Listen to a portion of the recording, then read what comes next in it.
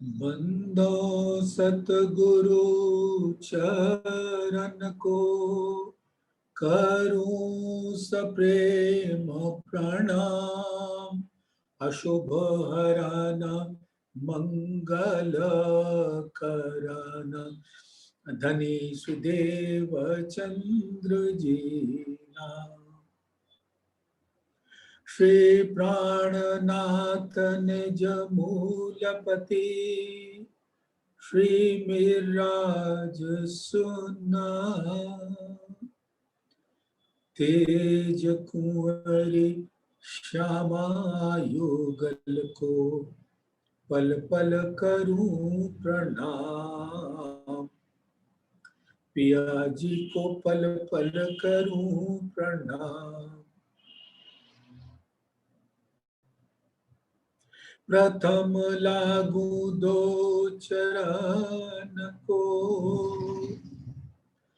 धनिये न छोड़ा यो खिन। लाक तली लालेड़िया, मेरे जीव के जीवन। इन पांव तले पड़ी रहूं, धनी नजर खोलो बातूं। पलना वालूं, निरखूं नेत्रे मेरे जीव के जीवन। मेरे जीव के जीवन।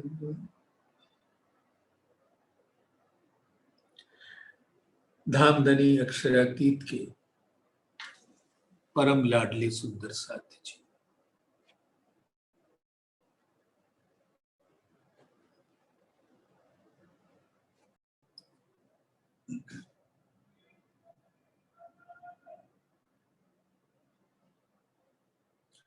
धामधनी अक्षरातीत हमारे प्राण प्रीतम नूर जमाल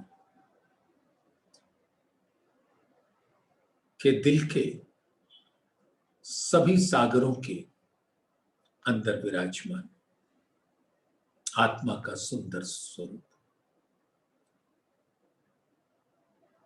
और मेरी आत्मा भी उन लहरों का ही स्वरूप है। और आप सबको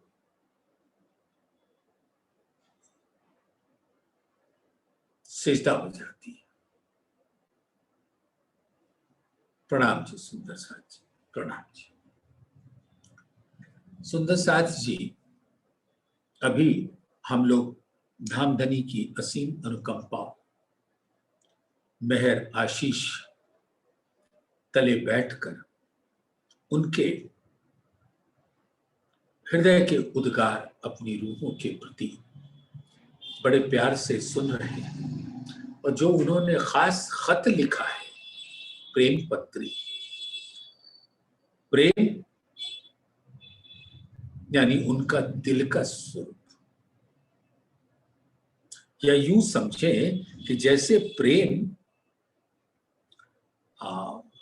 एक स्याही है बोतल में भरी हुई, और धामधनी अपने लाड़ रूपी कलम से उस प्रेम की स्याही में कलम को डुबोकर खत लिखा। अपनी प्यारी अंगनाओं को जो कुछ मांग बैठी तो फरामोश हुई, लेकिन उनके प्रतिबिंबित स्वरूप आत्माएं उनके हुक्म से, आवेश स्वरूप के माध्यम से हुक्म ने उनको धारण किया और मानव तन पर विराजमान हो गए। तो ये धामधनी के दिल से अनंत सागरों का समूह जो इश्क का से अरस परस है, उसी का प्रकट स्वरूप प्रेम है। और धामधनी को अपनी रूहों को लाड़ देने के अलावे दूजा तो कोई काम ही नहीं। हक को काम कोई और नहीं, देवे रूहों लाड़ लज्जत। तो वो लाड़ रूपी कलम से अपने प्रेम रूपी इस इश्क के सागर में डुबो डुबो के इतना मधुर खत भेजा कि आज जब मैं एकांत खिलवत का स्वरूप होकर उसको पढ़ती हूं तो मानो आत्मा का दिल इस तन को छोड़कर उड़ान भरती हुई अपने प्राण प्रीतम के चरणों में पहुंच जाए। ऐसा सुंदर ये प्रेम पत्री है। लेकिन इसका रस किसको प्राप्त होगा? जो निस्बतियां हैं कि किसी और को प्राप्त होगा? यह खत लिखा किसके लिए?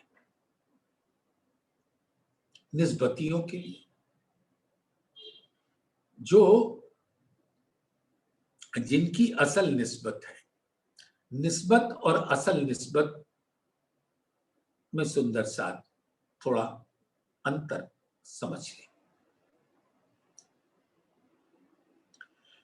इस मानव तन में हम बैठे हैं, हमारी आत्मा का स्वरूप इस मानव तन के अंदर विराजमान है।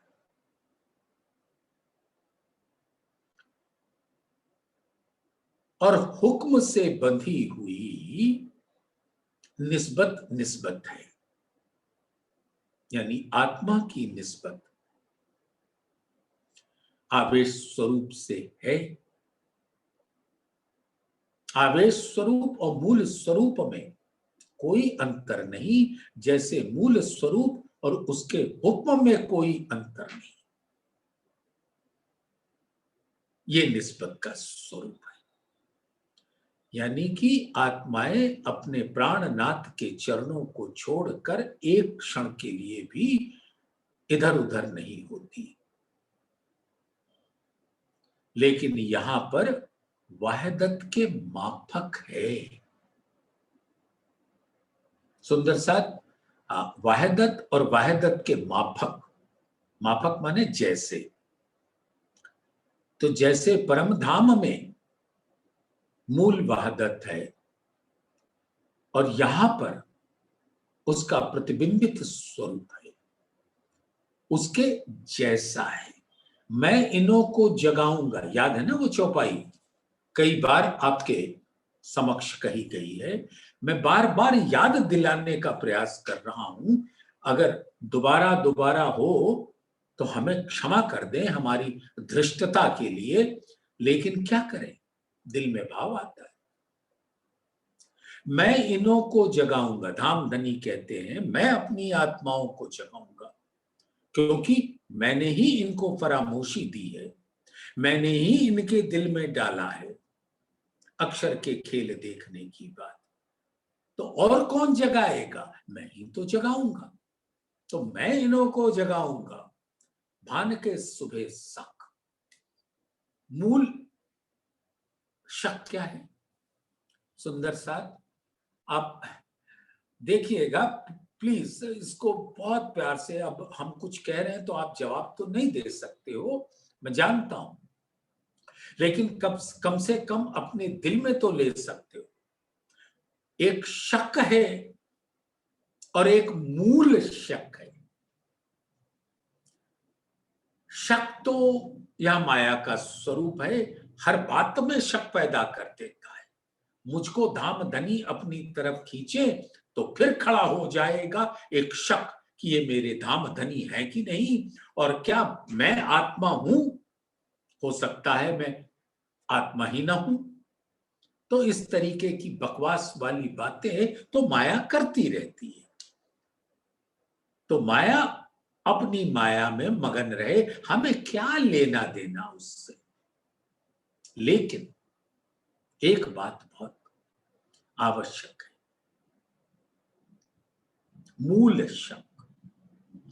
परम धाम में जो मूल शक था कि इश्क का स्वरूप क्या है, किसका है, आप सब खिलवत ग्रंथ के अंदर भली भांति इसको जानते हो। प्रेम पत्री के बाद हमारा खिलवत ग्रंथ 9वें प्रकरण से प्रारंभ होगा, 8 तक हम लोग कर चुके हैं।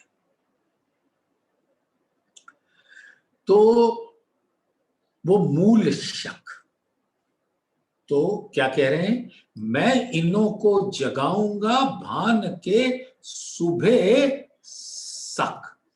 ये शक वो मूल शक है जो निस्बतियों को हो गया, ये बीमारी लग गई। हम सबके दिलों पर एक ही बात छा गई कि इश्क किसका है। श्यामा जी भी उससे नहीं बची, हादी। उनके दिल में भी था कि ये रूहें अपना इश्क बड़ा क्यों कहती हैं, इश्क तो मेरा काम है, मैं ही इश्क का स्वरूप हूं। मैं राज्य को भी देती हूं इश्क और श्याम रूहों को भी देती हूं। तो ये कैसे कह बैठती हैं कि इनका इश्क बड़ा है। और जब धामधनी कहते हैं कि तुम लोगों का इश्क मेरे मापक नहीं, तो क्या पैदा होता है, शक कि धामधनी ऐसा कैसे कह सकते हैं। और हम सबके दिलों पर एक आवरण छा गया शक का। और धामधनी अंतर तो अपनी रूहों से कोई रखते नहीं, ऐसा लाड़ है उनका। तब क्या होगा, वो शक तो मिटाना है, और वो उस शक को ही मिटाने के वास्ते ये सारा खेल का स्वरूप रचा गया। क्योंकि बिना जुदाई के ये बात पता नहीं चलती। तो मैं इन्हों को जगाऊंगा भान के सुबह सख, इन्हों को इन जिमी में करो वाहदत माफक। क्योंकि मूल वाहदत तो परम धाम का स्वरूप है, धामधनी के दिल का स्वरूप है। वो जहां है वही है, वहां से न कोई आ सकता है न कोई जा सकता है। वहदत की लहरें तो परम धाम में लहराती हैं, परम धाम का स्वरूप ही वहदत का स्वरूप है। और वाहिद धामधनी का दिल है, मार्फत है, और वहदत उससे प्रकट हुई लहरें हैं, और वो लहरें हकीकत स्वरूप है। तो जो असल निस्बत है वो मूल वाहिदत की, मूल अद्वैत वाहिद से है, हकीकत की मार्फत से असल निस्बत है। और यहां पर आत्म का भी प्रतिबिंबित स्वरूप आत्मा है। धामधनी के हुक्म का स्वरूप उनका आवेश स्वरूप है, और सबके ऊपर समान रूप से धामधनी की नजर है, अपनी रूहों के ऊपर और इंद्रावती जी के ऊपर, प्राणनाथ के ऊपर, श्री जी साहब जी मेहरबान के ऊपर, सब उनके आवेश स्वरूप है। क्योंकि हुक्म पर जब नजर पड़ी तो वो आवेश स्वरूप हो जाता है। नजर से कोई नहीं बचा।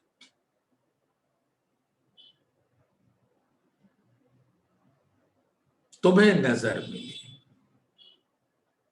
क्योंकि धामधनी की नजर मूल मिलावे में जागृत अवस्था में कंचन रंग के सिंहासन पर बैठे हैं और वो अपने सभी वहदत्त के स्वरूप के ऊपर अपनी नजर रखते हैं। अक्षर ब्रह्म भी वहदत्त के स्वरूप है, उन पर भी नजर रहती है। अक्षर ब्रह्म सोचे कि धामधनी के नजर से छिपकर मैं कुछ कर लूं तो कुछ नहीं कर सकते। वो भी धामधनी के हुक्म के स्वरूप है। हुक्म नूर खुदाए का, जो है नूर जलाल, और उसी हुक्म से दायम आवे दीदार को फिरे मोजरा कर नूर जमाल। तो सुंदर साथ जी, धामधनी ने ही वो बीड़ा उठा रखा है कि मैंने तुम्हें फरामोशी दी है तो मैं ही उस फरामोशी को हटाऊंगा, और ये तुम्हारे प्रतिबिंबित स्वरूपों को जगाकर मूल स्वरूप को जगाऊंगा। तो पहले इन प्रतिबिंबित स्वरूप आत्माओं को जागना होगा, और ये जागेंगी कब? जब जिस जीव पर बैठी हैं वो इस तारतम वाणी जो नाजिल हुई इस संसार में, उसके द्वारा वो नवाजी गई और उन्होंने हादी के कदमों से चलना शुरू कर दिया। तो जैसे जैसे वो जागृति के पथ पर जागृति का सूर्य की किरणों में अनंत रस प्राप्त करने लगती हैं तो आत्मा भी जागृत हो जाती है, और आत्म को जागृत होते ही हमारे जो मूल तन है पर आत्म वो जागृत हो जाता है। और ये सारी बातें पर आत्म के दिल में आने से धामधनी यहां लहराते हैं। पर आत्म के अंतस्करण जेती बीतत बात तेती इन आत्म के करत अंग साख्य। आत्म के अंग क्या है? धामधनी ने ये जीव के स्वरूप को खड़ा कर रखा है, और मूल हुक्म धामधनी के दिल से पर आत्म के दिल में, पर आत्म के दिल से आत्म के दिल में, आत्म के दिल से जीव के दिल में, और वो करने लगता है। लेकिन सब कुछ धामधनी के हुक्म के तले। हम अपनी निस्बत ही पता नहीं क्यों भूल गए, और धामधनी तो सामने बैठे वाणी में। श्री जी साहेब जी मेहरबान का स्वरूप, आवेश स्वरूप, ये हमारे दिल के कितने करीब है, लेकिन फिर भी भूले रहते हैं। और धामधनी छोड़ेंगे तो है नहीं, जगाएंगे तो अवश्य। साम दाम दंड भेद जो इस संसार में चलता है, तो दंड तो नहीं देते, लेकिन साम समझाते तो है, और नहीं मानते हो तो आपको इस जीव से अलग करके दूसरी जगह बिठा देते। तो सुंदर साथ अपनी असल निस्बत पर यकीन करना ही मूल बात है, मुद्दा है। अगर निस्बत पे यकीन ना हुआ,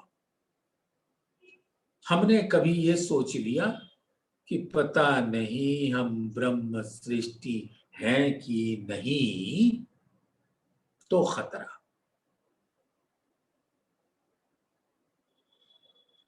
क्योंकि अगर आप अपने ही ब्रह्म सृष्टि होने पर शक करोगे तो ब्रह्म पे तो शक होगा ही। क्षमा कीजिए, तो ब्रह्म पे शक होगा। अगर ब्रह्म की सृष्टि पे शक है तो ब्रह्म पे भी शक होगा। तो शक के दायरे से बाहर निकलना ही होगा, और ये शक का दायरा मिलते ही पूर्ण यकीन आता है। सुंदर साथ बड़ा दिल कर रहा है कि ये छठा हरफ जो धामधनी ने लिख के भेजा है, उसको एक बार आपके समक्ष पढ़ता हूं, तो बाद में आप एकांत में बैठकर उसको पढ़ते रहिएगा, गुनते रहिएगा, मनन करते रहिएगा। लेकिन सिंगार ग्रंथ के 9वें प्रकरण में अर्स अंदर निस्बत चरण, वो असल निस्बत है, और वो तो बताना ही होगा। आप देखो कितने प्यार से बात कहते हैं। याद करो अपने मूल स्वरूप को। कहां बैठे हैं हम? हमारे मूल स्वरूप सुंदर श्री रंग मोहल के प्रथम भूम के 5वें हवेली जो गोल आकृति का है, उसके हर मंदिर थंबों के बाद जो कमर भर ऊंचा चबूतरा है, जो 64 थंबों से फिरते फिरते घिरा है, और सुंदर 5 का चंद्रवा है, नूर की लरें लटक रही हैं, उस चबूतरे के मध्य में गिलम पर, जहां मध्य में 1000 पंखुड़ियों वाला कमल की आकृति है, जिस पर ये कंचन रंग का सिंहासन तखत विराजमान है, और वो कमल का फूल खिल गया। और ये हर कमल के फूल की पंखुड़ी में आत्मा का दिल बसता है।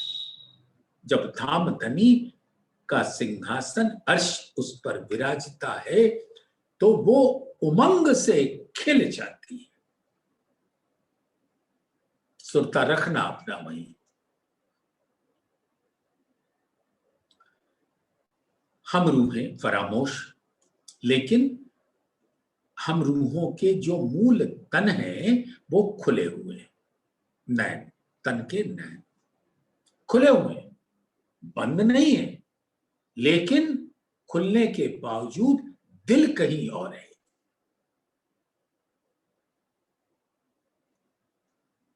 लेकिन धामधनी का जागृत स्वरूप, उनके नैन कमल की पुतलियों में पर आत्म का प्रतिबिंबित स्वरूप विराजमान है। सुरता से देख लेना, मूल मिलावे में बैठे हैं, धामधनी हमारे सामने बैठे हैं।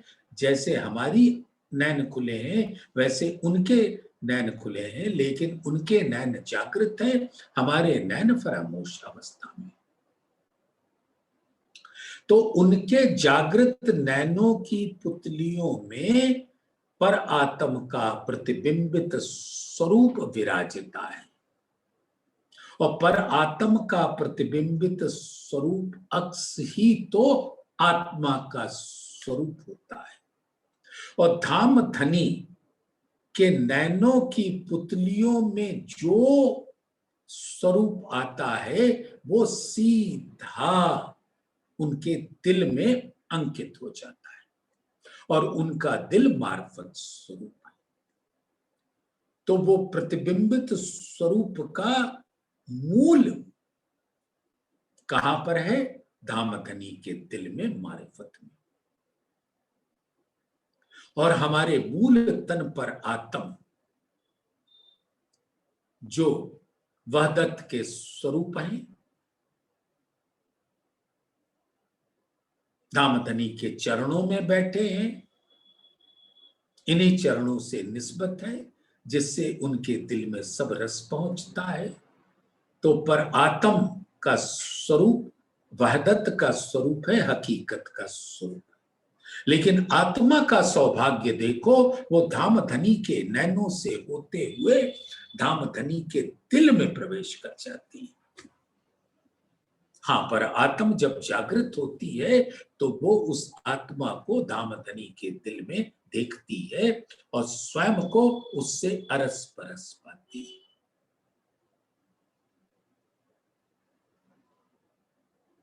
अंतस्करण आत्म के जब ए रहियो समाये, तब आत्म पर आत्म के रहे न कछु अंतर आए।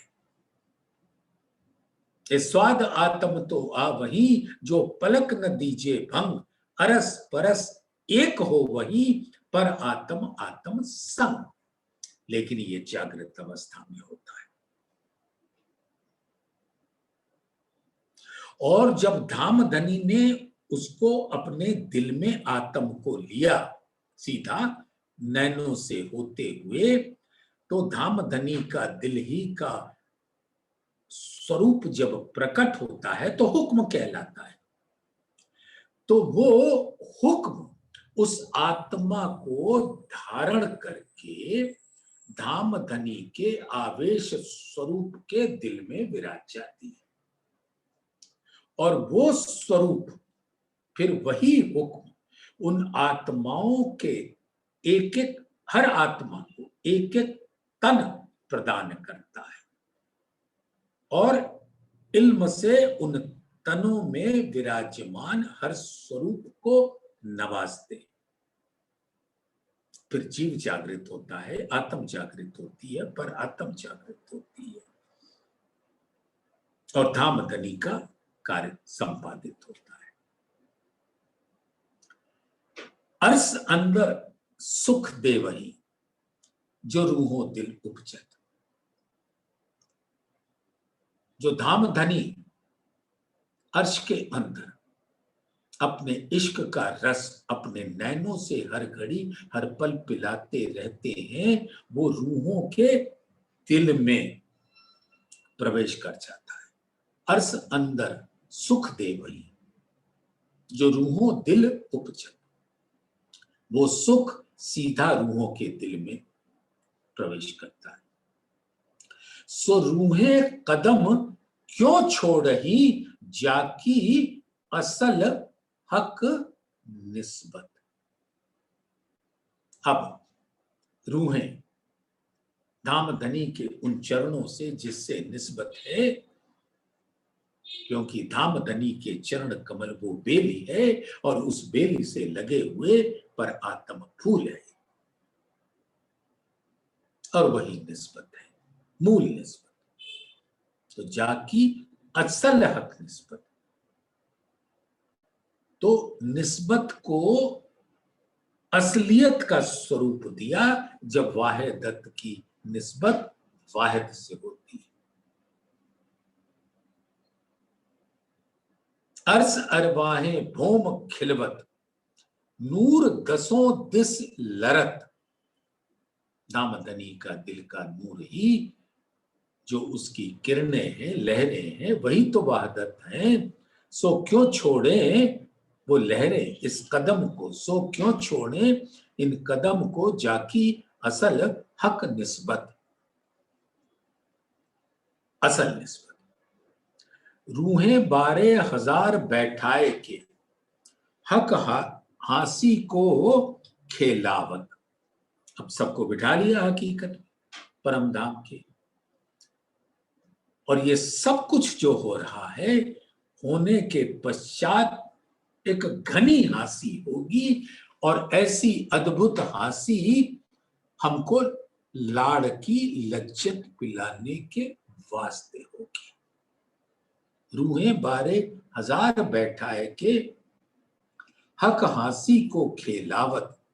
सो रूहें कदम क्यों छोड़ ही, जाकी असल हक निस्बत। ले सुख चह बच्चे भूम दूसरी, मोहल बारे शास्त्र जित, सो क्यों छोड़े रूहें कदम को, जाकी असल हक निस्बत। जिसकी निस्बत है वो मूल मिलावे का भी रस लेती हैं, चाहे बच्चे का रस लेती हैं, खड़ोकली का रस लेती हैं, तीसरी भौम, रूहें तीसरी भौम चढ़ के बड़े झरोखों आवत, सो क्यों रहे हक कदम बिना, जाकी असल हक निस्बत। तो यहां पर दामधनी ने अर्श के अंदर, अर्श का अंदर यानी रंग महल के अंदर, हर स्वरूप इस श्रृंगार के नवे प्रकरण में दामधनी ने बताया। और जब ये बातें हमारे दिल में दृढ़ कर जाएगी तो बात ही कुछ और होगी। चलिए इस प्रकरण की इन चौपाइयों को एक बार ग्रहण कर ले, अच्छा लगेगा। कई इंड पल थे पैदा फना, जिन कादर ए कुदरत।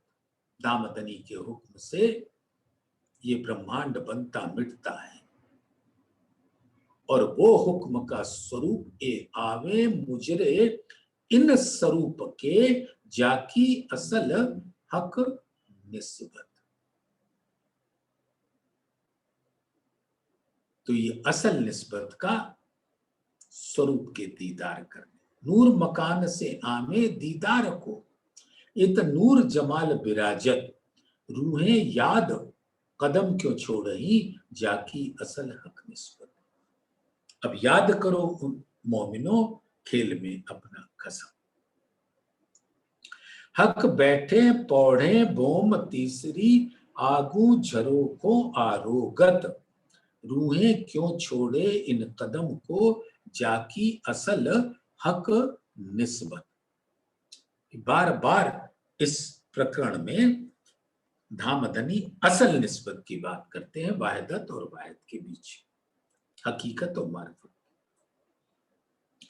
रूहें अर्श अजीम की भौम चौथी देखे निरत, सो हक कदम क्यों छोड़ रही, जाकी असल हक निस्बत। वस्तुतः ये रंग महल के हर भौम धामधनी के दिल का स्वरूप। अब कहूं मूल अद्वैत की भौम जहां इश्क, ये मूल अद्वैत रंग महल का वो दिल का स्वरूप है, जहां इश्क की ही लहरें बहती, और उसी लहरों के बीच में इश्क रब्त हुआ। तहां प्रेम रबद में भया हुक्म हक। तो धामधनी के हुक्म का आवरण हम सबके ऊपर आ गया, और हमने रब्त भी कर बैठे और खेल भी मान लिया। रूहें अर्श अजीम की पांचवी भौम पौढ़त, सो सुपने कदम न छोड़ही, जाकी असल हक निस्बत। और रंग परवाली में दामधनी के संग शैल की लीला का रस प्राप्त करने वाली ओ रूहों, अपनी उस रस को मत भूलो, क्योंकि तुम्हारी असल निस्बत उसी स्वरूप से है, जो मूल स्वरूप है अपने, जाको कहिए परातम। सो परातम ले के विलसिए संग खसम। रूहें अर्श अजीम की भौम छठी कई जुगत, सो क्यों रहे हक कदम बिना, जाकी असल हक निस्बत। और छठी भौम पर सुखपाल ही सुखपाल का विशेष स्वरूप विराजता है, जिस पर रूहें विराजती। रूहें अर्श भौम सातमी, जो छपर खटो हीच, सो सुपने कदम न छोड़ही, जाकी असल हक निस्बत। अब किस प्रकार से सातवीं भौम पे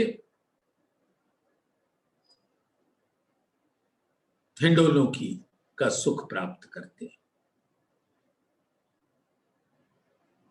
2 ताली, 8वीं पे 4 ताली। हे अर्स भोम आठमी साम सामी हिंडोले खटखट, हे रूहें सुपने कदम न छोड़ही जाकी असल हक इसमें। अर्स रूहें सुख नौमी भोम में सुख सिंहासन समस्त, सो क्यों रहे हक कदम बिना जाकी असल हक निस्बत। अब 9वीं भूम का नजारा, जहां असल निस्बतियां बैठती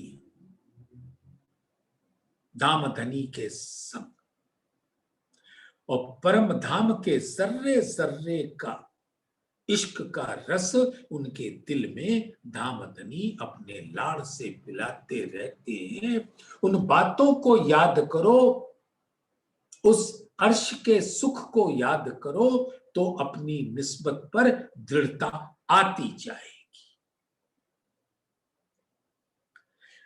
रूहें रहवे अर्श में जो सुख झरोखों भोगवत, सो क्यों रहे हक कदम बिना जाकी असल हक निस्बत। इन 9वें भूम पर जो धाम धनी अपनी उंगली से सब रूहों को जो बैठी,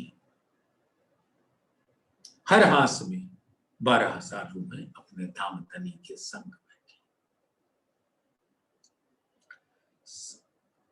हक हादी रूहें सुख अर्स चांदनी, अर्स अंबर जोत होवत, सो क्यों रहे हक कदम बिना जाकी असल हक निस्बत। धाम धनी और रूहें और चांदनी का सुख, 10वीं भूम आकाशी चांदनी।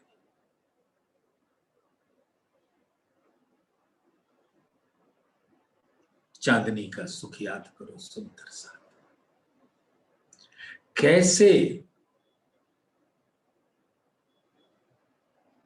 चांदनी पर, अर्श की चांदनी पर मध्य में गोल चबूतरा, चारों कोनों में स्तून पाइप खुलते हुए, फव्वारा, और चांदनी जो वहदत का स्वरूप है, चांद,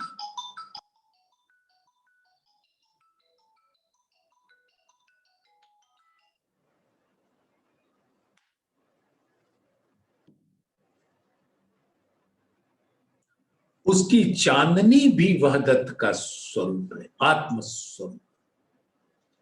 और 12,000 रूहों को धाम धनी के जुगल स्वरूप को आकर स्पर्श करती है, आलिंगन करती है। और उस सुख को याद करो ओ निस्बतियों, तो तुम्हारी निस्बत में पूर्ण दृढ़ता इस संसार में आ जाएगी। सकल भौम सुख ले वही रूहें हक कदम पकड़त, सो क्यों रहे इन कदम बिना जाकी असल हक निस्बत। ऐसे सभी भौम के सुख असल निस्बतियों को प्राप्त होता है। अर्स नजीक जागनी पीछे तो उठ बैठत, हासी होसी भूली पर जाकी असल हक निस्बत। तो अब भूलने का समय नहीं रहा, छठे दिन की लीला का अंत है। बस अब तो धाम धनी के आदेश से, मेहर से जागना है और अपनी निस्बत पे उठ खड़े होना है। रूहें हुक्म ले दौड़ियो मूल तन अर्स में उठत, हक हंससी तुम ऊपर रूहें क्यों भूली ए निस्बत।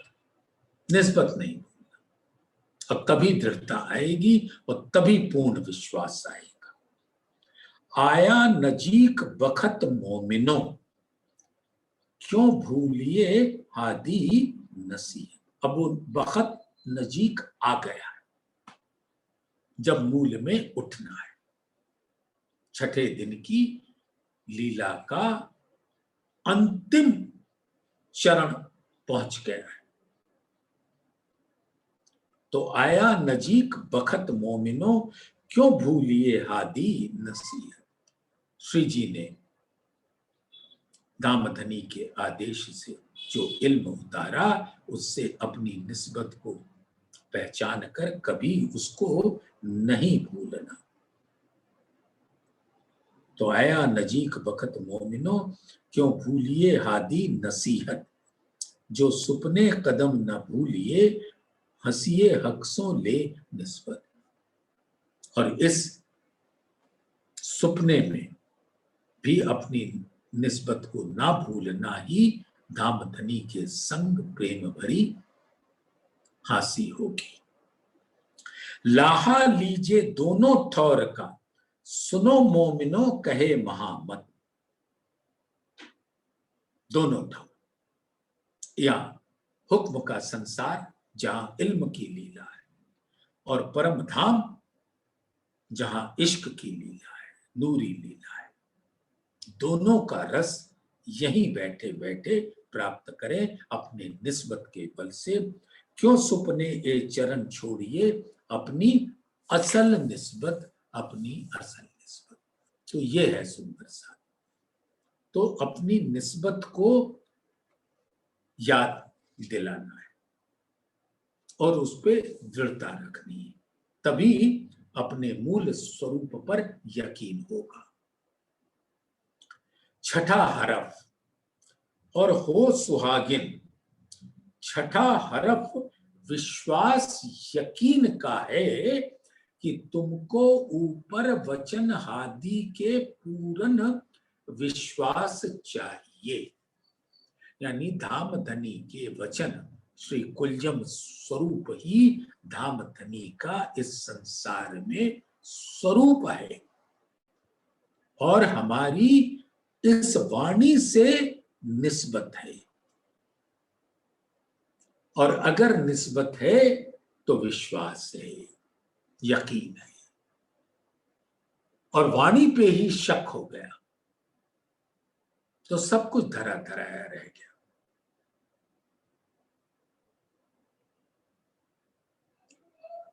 हक बैठे इन इल्म में तो दिल अर्श हुआ मोमिन। सिर्फ निस्बतियों का दिल अर्श होता है, और वो तभी जब वो इन वचनों पर कुर्बान होती हैं और जानती हैं कि वो उनके प्राण प्रीतम के वचन हैं। जो कछु मेरे हादी मुझसे कहत है, सोई सत्य है, और ब्रह्मांड जो कहता है सो झूठ है। ये ब्रह्मांड स्वप्न का स्वरूप है, असत्य जड़ दुख की दुनिया है। इसमें सत्य कहां मिलेगा? असत्य में हम सत्य को ढूंढते हैं, और सत्य तो असत्य से परे, और परम सत्य उससे भी परे। असत्य यानी काल माया का ब्रह्मांड, सत्य यानी योग माया का ब्रह्मांड, और परम सत्य यानी परम धाम का स्वरूप।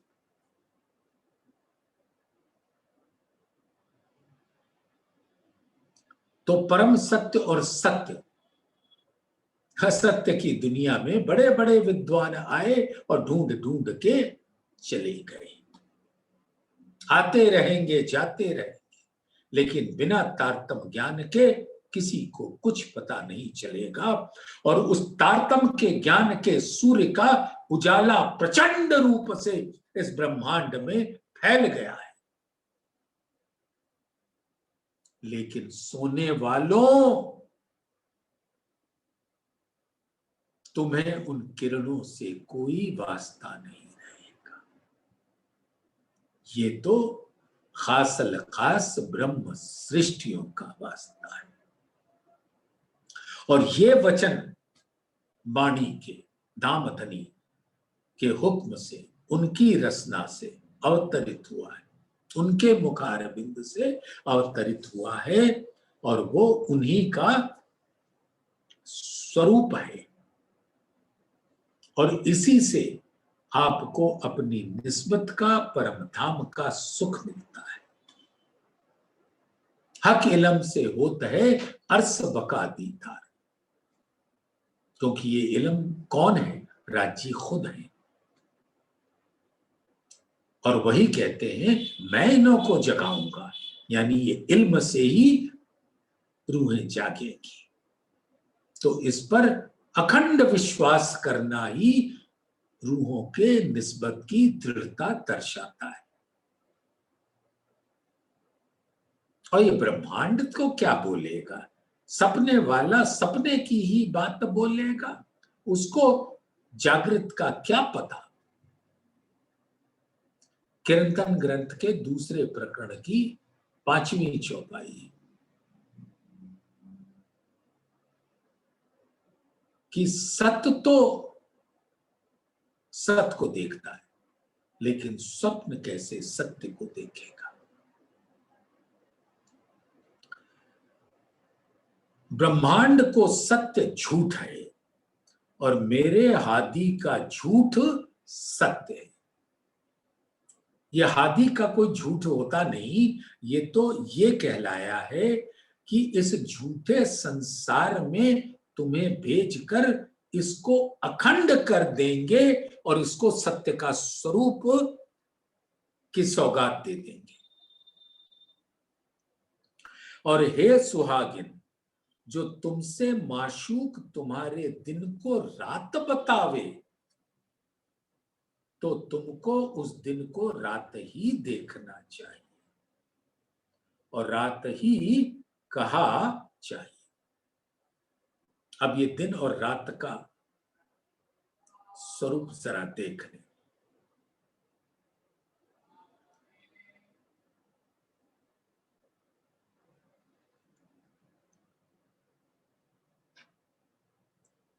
इनविद मेला पीऊ का, पीछे नहीं न्यारे रैन दिन, जल में नहाइए कोरे रहिए जागिए माहे सुपन। इस स्वप्न के तन में बैठे बैठे जागना है और अपने पिया से मिलना है। इनविद मेला पीऊ का। फिर ये रात जो लैलतुल कदर की रात है, इसके अंदर धामधनी ने अपने तारतम ज्ञान का उजाला देकर दिन दे दिया।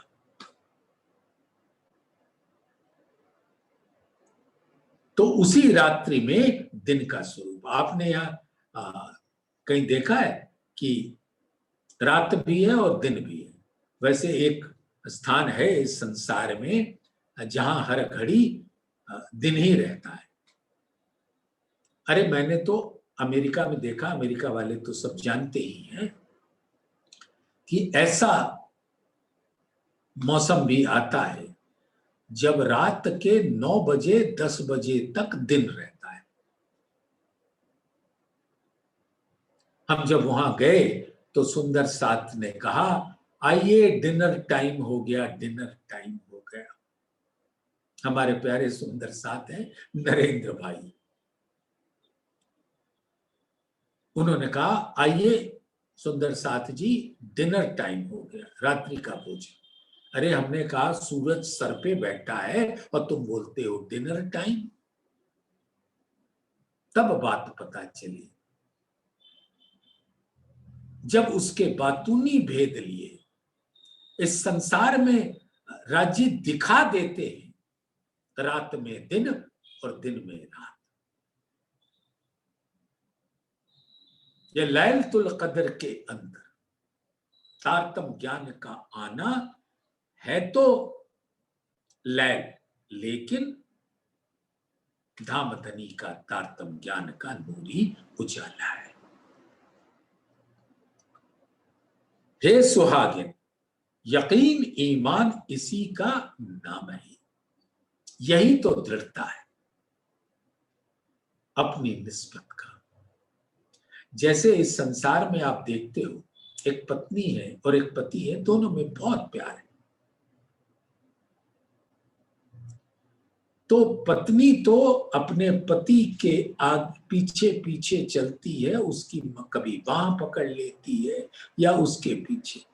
अब वो जैसा करे, इसको शक नहीं, वो जानती है कि वो जो भी करेगा मेरे लिए करेगा, मेरे हित के लिए करेगा, क्योंकि उसको अपने पति पर दृढ़ता है निस्बत का, संबंध का। तो जब धामधनी कहते हैं कि मैं तुम्हारे अंगे संगे हूं, फिर न जाने हमको क्यों भय हो जाता है, ये नहीं होना चाहिए। तो वही कहते हैं, हे सुहागिन, यकीन ईमान इस ही का नाम है, और कसम है मुझको अल्लाह की और रसूल अल्लाह की, जो सतगुरु में और पूर्ण ब्रह्म में एक जर्रे भर फर्क है, मुरीद में और फर्क है ईमान आकीन देखने पहचान आउत उसकी मैं। यानी धामधनी स्वयं सतगुरु होकर आए। सतगुरु मेरे श्याम जी, मैं अहिर्निश शरण रहूं, सनमंद मेरा याही सो, याही सो होइए सन्मुख, धाम के सुख। श्यामा जी तारतम्य आए और उन्हीं का दूसरे हिजाब इंद्रावती जी के दिल में धामधनी विराज कर तारतम विस्तार किया। तो उसमें एक जर्रे भर का भी फर्क नहीं, मूल स्वरूप और आवेश स्वरूप।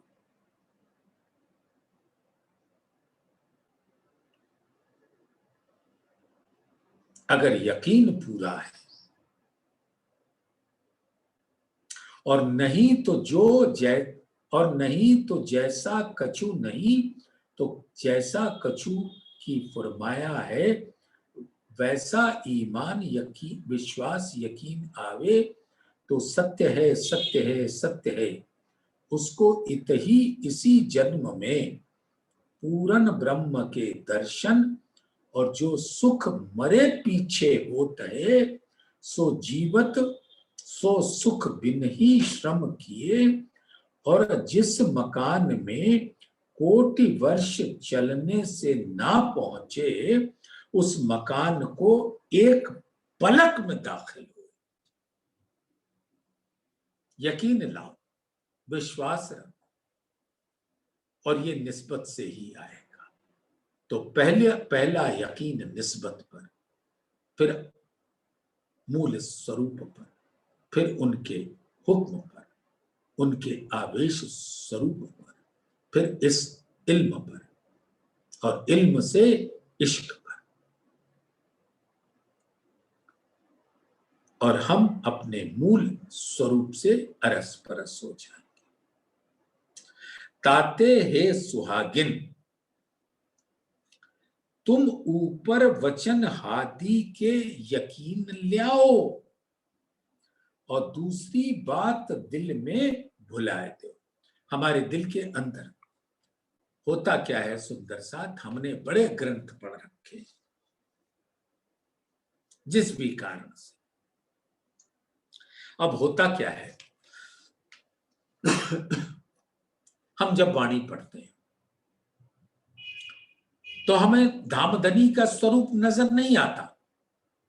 हमें ऐसा लगता है कि ये कोई एक ग्रंथ है, या कोई विद्वान की, संत पुरुष की, महापुरुष की के वचन है, और उसको हम तुलना करते रहते हैं कि यहां पर ये लिखा है, वहां पर वो लिखा है, उस चर्चाकार ने ये कहा, उस चर्चाकार ने ये कहा।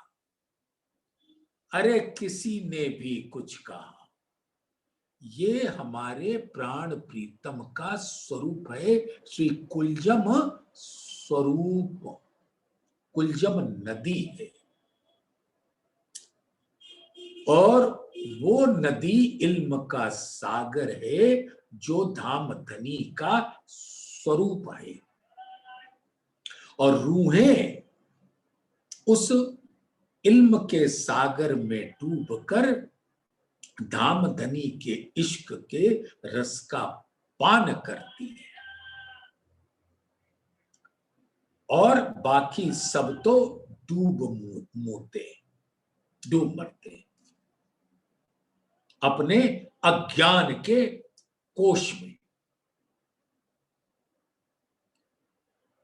तो ये ऐसा इल्म है, इस पे कभी भी कैसे हाल हो हमारो शक नहीं करना, क्योंकि वही शक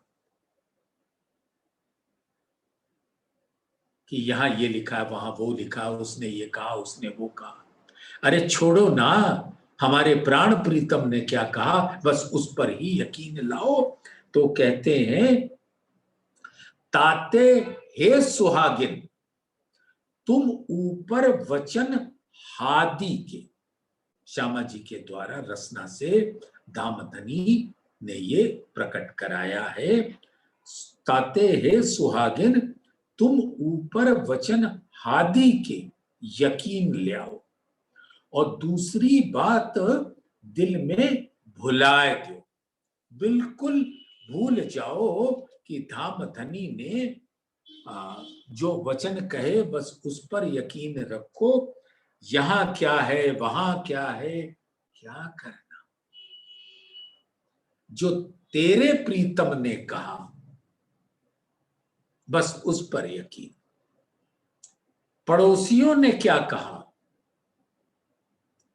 तो ऐसी स्त्री तो बेईमान होगी ना, कि धामधनी बुला रहे, हम उनके बुलाने पर भी नहीं जाते,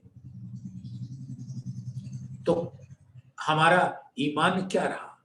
हम ईमान से उलट गए, बेईमान हो गए। सिंधी ग्रंथ